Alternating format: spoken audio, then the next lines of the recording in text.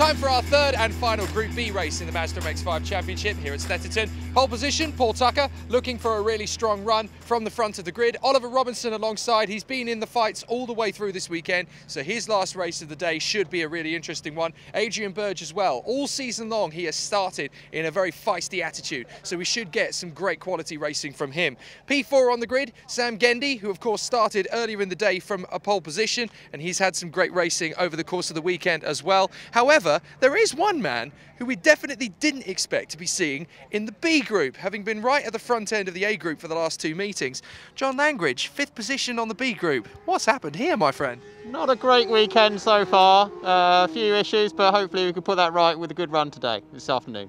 And obviously the best way to do that is to go out and win it, but it's not quite as easy as said and done, is it? No way, of course not. There are a lot of 24 other idiots out there like me who will want the same bit of tarmac, so we'll just see how it goes. Right, I'll give you an invite to the diplomatic corps. You crack on and race. Thanks very much.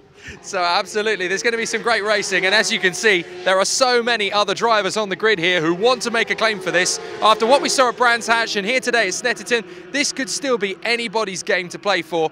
All we're in for is a great, spectacular final spectacle. Well, that was a good 15 minutes ago. Although it's a little bit brighter than it was, there is definitely the threat of rain in the air. So this last race could be an interesting one. Paul Tucker and Oliver Robinson from the front row. Adrian Burge, Sam Gendy and John Langridge through from the A group, now here in the B. William Hayden alongside Langridge on the third row. From Chisnell, Stiles, Leary and Hawkins. Then it's Matthew Pollard and Bryn Griffiths from Charles Muggleston and Jack Moody. Anthony Hutchins and Bill Taylor. Oliver Graham and Bruce Robinson. Luke Stouch, Callum Greatrex, David Martin, Graham Rumsey, and then the final three, Dale Whiteman, Richard Bartlett and Richard Wooten in the 3 car, who we hope is going to be able to take up the grid after that brake failure in the second race where he clattered into the side of another competitor. Looks like both of them are going to be taking further part in the race. It was Callum Greatrex who came off at second best in that one. Hopefully it will be a much better race for the pair of them. On the grid from Luke Stouch in car.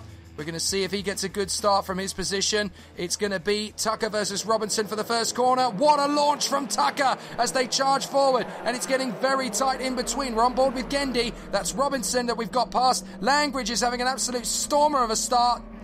But be careful because we've got Adrian Burge to the other side of us. Going right round the outside. Gendy is keeping his foot planted. And as they go through that first couple of corners, Jake Stiles very nearly gets spun around in the gaggle. He was lucky to get away with that one. That was pretty scary. So really exciting stuff as Tucker leads it. Gendy in second place. Burge looks like he's come through in third position. So a really exciting start to this race as the 45 goes to battle early. That's Graham Rumsey having a little bit of a tussle there with Luke Stouch.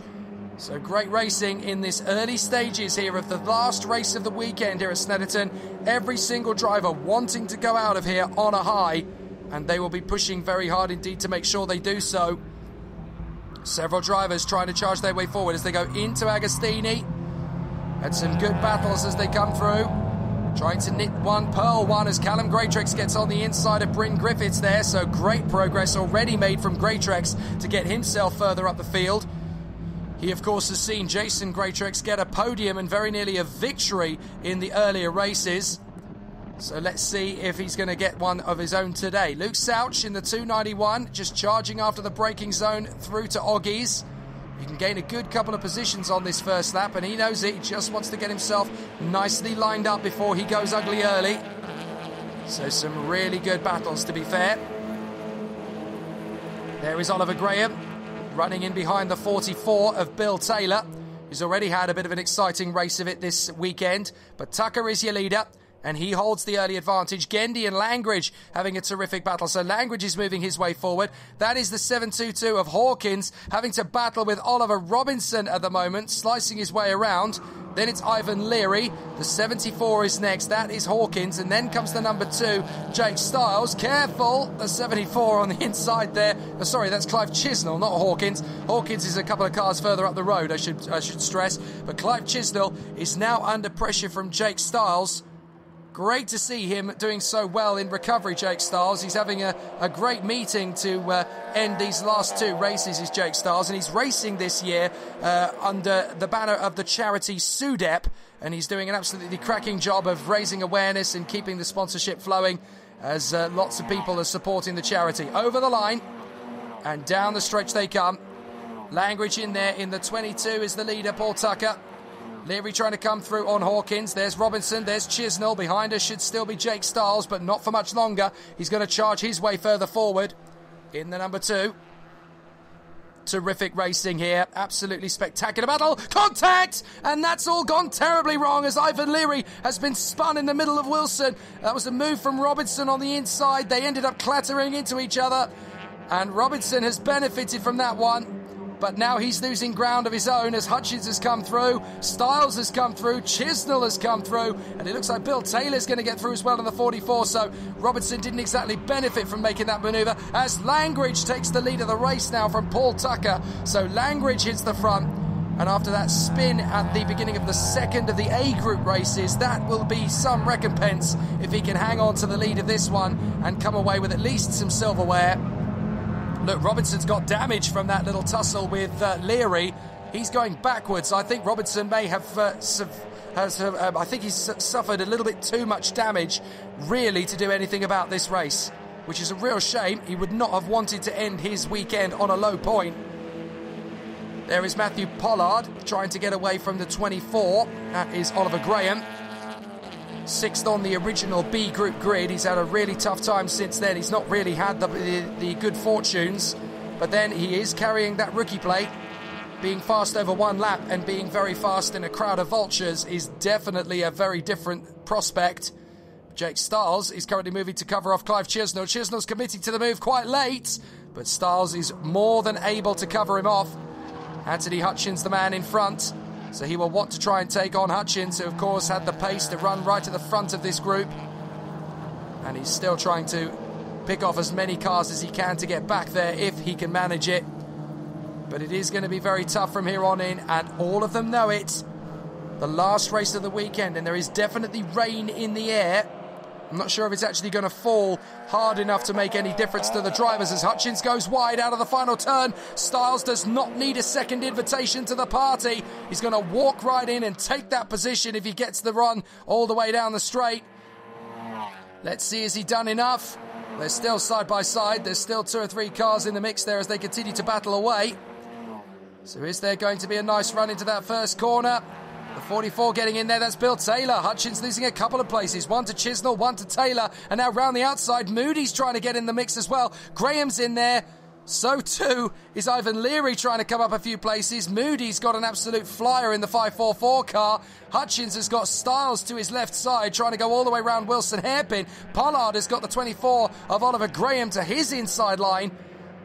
Where do you look? There's absolutely no direction to choose that doesn't avoid you missing half the action, because there's action everywhere. They come off of Palmer, down the short stretch towards Agostini again. Hawkins has broken clear of this little battle, so he's got a little bit of oxygen to do a little bit more with. Pollard on the inside of Graham. There's Bryn Griffiths battling away with Ivan Leary as they come off the chicane, off the hairpin, off of Agostini. Still great tussles as Ivan Leary has a look to go up the inside of Bryn Griffiths. He's left that one late. He's not going to make the move. Meanwhile, Jake Stiles is looking to pick off another car as he makes the move on Anthony Hutchins. But Chisnell has got past Taylor, and in doing so has dropped Jack Moody in the 544. And that's heaven sent for Hutchins, because Hutchins can now start to battle with him. And Jake Stiles, if he gets a good line out of Williams, which it looks as though he might have done, could be there to pounce on both of them if he's got good drag down the straight. So the leaders have gone through once again here at Snetterton.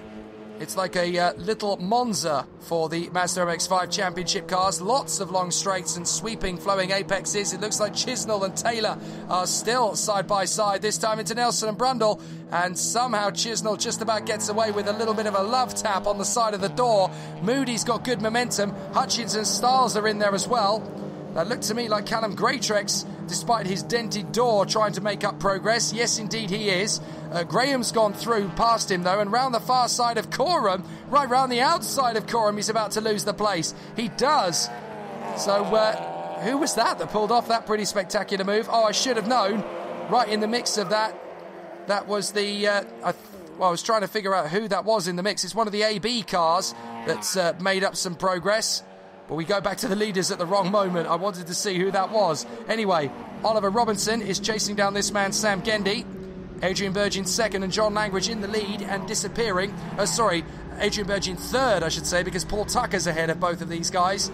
We're on board with the fourth place man, Sam Gendy. Down the short stretch to Palmer.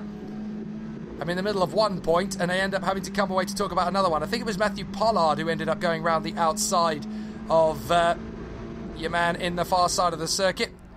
So much has happened from the last time I was talking about it. I've forgotten who I was talking about. That's the great thing about Mazda MX-5 Championship. If you're not on your toes, you're not going to keep up with it. And here is the battle. Burge locks up, runs wide. That pips Sam Gendy wide. And there goes the 65 past them both. William Hayden manages to get past them both.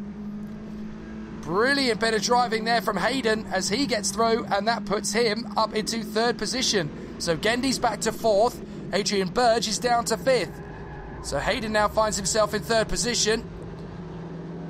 About coming up to the half distance in this race, as it is still very tight indeed between these guys. The racing is still very tense indeed, as the final few places on the podium in the final race of the weekend in the second round of the championship is going to continue to play out here at Snetterton. Sun's trying to break through though. I'm not sure that potential threat of rain is going to materialise. It's Langridge leading, Tucker second, then it's Hayden. Fourth place is Gendy, fifth is Burge, and you're going to need to use a telescope to look a little bit further back to see the sixth place car. Mind you, it's not actually as far away as it could have been at this early stage, although in Mazda MX-5 terms, they're basically a lap ahead of the rest of the field. Here is the battle for third place. Still, William Hayden is not safe in that position because Sam Gendy is still giving him a lot of hassle through Coram. Got to get the braking zone right for Murray's. It's a little bit greasy at certain parts of the circuit. You can start to see the back end come around a little bit in the braking zone for Murray's. And it's a little bit tricky to hang on to. There's your leader, Paul Tucker, over the line. And now this battle for third position. Sorry, Langridge is your leader, Tucker second. And now for third place. Is this going to be enough for Gendy to shut the door on William Hayden? Hayden got through and I think managed to finish the job there. So William Hayden hanging on to that third position. Here's Hawkins a little further back. Taylor is still battling away then with Moody. Chisnell has got Callum Greatrex, Jake Stiles and Oliver Graham to deal with. Then it is Matthew Pollard in there who put that magnificent move around the outside. And who's that going over the grass? I think that was a little bit of a hiccup for somebody in the mix there. I think that might have been Luke Souch. Oh, contact! Contact between Pollard and Graham. It was Bryn Griffiths who ran off the road, but now it's the 24 of Graham who clatters in with Matthew Pollard and has damage to both cars. I hope that's going to be enough to get them to the flag, though. Well, in this kind of battle, when there's 8 or 9 cars all jostling for position, it's inevitable that 1 or 2 of them are going to be spat out to the sidelines. And to be honest, the fact that Graham and Pollard are still going is testament to just how good the camaraderie is with the drivers out there. That was not too big an accident, and they're going to carry on. Now Stiles has got the move on Greatrex, and it looks to me as though he's going to have to defend Big Style from another move. That's Chisnell getting on the inside of Stiles, then Greatrex, then Anthony Hutchins, and then Ivan Leary. So plenty of talent in this little array of cars. Out through Oggies, back on the power, up towards Williams. We're beyond half distance now, so we're running short on time for a good overtaking move or two to really count here at Snetterton. And as they go down the Bentley straight once again, Ivan Leary is shaping up a move on Anthony Hutchins. He's closing down the straight. Will he charge on the inside of Brundle? Meanwhile, Bryn Griffiths is going to battle with Oliver Graham down that same stretch of road. Chisnell trying to get up on the inside of Callum Greatrex to defend the position. He's just lost to Jake Stiles. Stiles is through. No problem at all there. Chisnell in front of Callum Greatrex. Then we've got Hutchins. Then we've got Ivan Leary. Superb battling here in the final race of the weekend for the Mazda MX-5 Championship. They're going to be restless if this race continues at fever pitch because they've got to have a long wait until we get to Cadwell Park in Lincolnshire for the third weekend of the championship. And that really is where some spectacular battles have happened in Mazda MX-5 Championship racing history. Here's Griffiths and Graham. Still having a terrific battle. And they're going to come across the line absolutely together once more. So too are going to be the cars a little way up the road from them. Callum Greatrex and Anthony Hutchins. Black and white flag is out again. And again, I'm assuming that is for track limits. But Jake Stiles is hanging on to his track position in front of Chisnell. Greatrex holds the inside line from Hutchins. Leary trying to get his nose in there as well. And here comes Bryn Griffiths. He wants a piece of the action. Oliver Graham not far back. Matthew Pollard in there as well in the 55, having dropped back. But he is getting himself back up to speed once more. Into the hairpin. Is that Leary going to be able to cover off Bryn Griffiths? Side by side. Up towards Palmer, and I think Leary missed the gear there, so he's going to lose the place. There's Jack Moody, the 544, chasing down the 722 of Alan Hawkins. Bill Taylor in there as well in the 44, still trying to keep on with it. Just watching the different lines these drivers take out of Palmer, you can see how drivers can get comfortable in their own rhythm. Greatrex defends the inside from Hutchins. Likewise, Griffiths on Graham, and both of them have made light work of Ivan Leary. You don't get to say that too often. Nobody makes light work of Ivan Leary. Oh, and a little bit of a hiccup there for Anthony Hutchins as he came off of the hairpin at Agostini. He ended up with two wheels on the grass, and that's ruined the momentum for Greatrex, for Griffiths, and for Graham. Here comes Greatrex getting hesitant, but a little bit impatient. Sat behind Anthony Hutchins, trying to make his way through Oggies, had to resist, and that's enough to give to give Graham the momentum. He comes through, no problem, no second chances. So he gets through past Griffiths, and Leary's going to filter into position as well. I don't know why I was talking about Jake Stiles. He's further up the road than this. Here is the battle for third position. Langridge is your leader, a long way out in front. Second is Paul Tucker. That white car in front of us is in third. We're on board with Sam Gendy as we're trying to pass William Hayden out of Coram. Up towards Murray's, and that's a big tank snapper for William Hayden. That's going to be enough, surely, for Sam Gendy to get through on the exit. Well held by William Hayden, I have to say. Any other driver would have chucked that into the chicken house, but that was absolutely brilliant car control from William Hayden. So down the straight, once again, John Langridge, absolutely master of his own discipline here as he comes into the last lap. This is a terrific run from John Langridge, and he is going to seal the victory in flamboyant fashion in car number 5. High fives all round after this one. It's a disappointing weekend from his point of view. He would have liked to have been challenging for the victory in the A group, but he just never really got the breaks. And then, of course, that spin-off at Riches at the first lap on turn 1 on the second of the Group A races really put the kibosh on his Group A weekend. So here he is, just getting an extended test session to a certain degree in the Bs, but he did have to fight his way to get into that position. Let's not take that away from him. He started P5. He did have to work hard in the first couple of laps to pick off the likes of Tucker, Robinson, Burge, Gendy, but here he is, leading the way, and a good run this is too from John Langridge, and he can comfort himself with the fact that he will leave here with some silverware if he stays where he is. He's got the entire length of the straight from the run of Agostini to Hamilton over your man in second place, Paul Tucker, into Oggies, and this has been an absolute textbook performance from John Langridge. It may not have been the most sensational battle we've had all weekend, but John Langridge proving to everybody why he is top quality material in the Mazda MX-5 Championship of 2018. When hasn't he been a star form? He has been absolutely brilliant in this championship, and mark my words, this confidence of winning this race at a canter and leaving the rest of the field to disappear, and they're not slouches behind him either, but the form and the manner in which he has taken command and possession of this race and just disappeared out in front is indicative of a man who is prepared to fight back and bounce back in fine style at Cadwell Park, and I'm sure he will get the chance to do so. Into the bomb hole for the last time, John Langridge on his own, out in front, and making it look easy peasy lemon squeezy. Frustrating, yes, but victorious regardless, as he comes out of Coram for the last time and into the braking zone for Murray's. He will have this race well and truly sewn up. There it is. He's signed, sealed. He's just got to deliver it now. In the words of Daniel Ricciardo, he's already licked the stamp. He's already sent it. Now he's taking special delivery of a very nice silver pot. Here he comes. Victory for John Langridge. Absolutely at a canter here at the third and final race at Snetterton. Here's your man in second place. Paul Tucker will come through to second place. A good job from him, a good result. And then it is going to be Burge in third position in front of Sam Gendy. And 5th across the line is going to be a very unfortunate Will Hayden.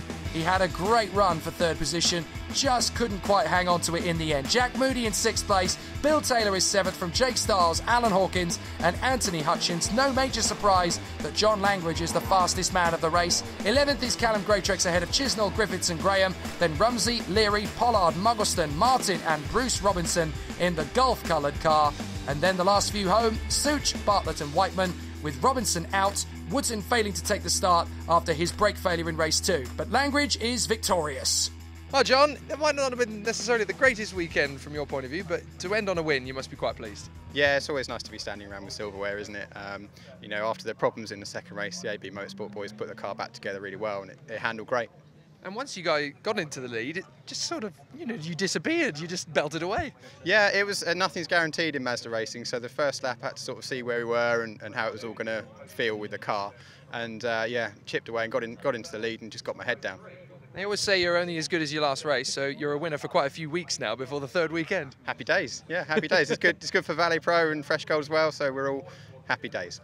Fantastic. We'll see you next time. Thanks, Jake. Well, Paul, 2nd position. That was action-packed right from the get-go. Talk us through it from your point. Oh, right. I was on pole. I thought, I've got to get away, get my head down, get away. Hopefully they're going to fight behind me. John managed to break away, started to catch up. Younger, more talented, caught me up, passed me, got away from me. I could see Adrian in my mirrors. I'm thinking, no, keep your head down, concentrate, just keep going. And yeah, all come together, really pleased. Car felt good at the end, really struggled all weekend with the car set up. And last race, it felt good. But yeah, really good. And good driving for everybody, nice and clean. So nice to get a nice end to the weekend, and then obviously we move on to Cadwell and things could get more interesting from there. Yeah, hopefully, yes. Hopefully we'll keep in the A's, stay there, enjoy the racing. Yep, and really, I've got to really thank Tucker Motorsport. They've done a fantastic job on my car, really pleased. Full credit to the team, and we'll see you out next time. Thank you very much, thank you. Well, Adrian, that's the 2nd time you've stood on the dais this weekend, and a pretty good job, if you say so yourself. Yeah, really pleased with that one. Again, real big battle with Sam, the teammate, but I had to pass him 3 times in that race.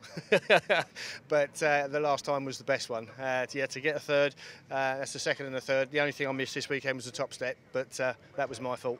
Can't thank the BC Cars boys enough, and KS Autos, Kev Sylvain, all of them fantastic. Couldn't do it without them. And yeah, on to Cadwell, hopefully onwards and upwards. So a few more of these in the trophy cabinet would be nice. That's where in the weeks off you're going to have to work on the qualifying pace, because obviously that's where things get tricky for overtaking. Yeah, exactly. Yeah, I've been on it this weekend, about 4 seconds quicker than I was last year. So if I can do the same at Cadwell, and you never know, I might be able to squeeze into the A's on quali. That would be good. Good man. Well, hopefully we'll talk about you in the A group next time. See you soon. So super. Thank you very much. Thank you. So a trio of fantastic races brings our BRSCC Mazda MX-5 Championship Group B races to a close. There's a bit of time for some rest and relaxation until we get to Cadwell. Then it's going to get busy.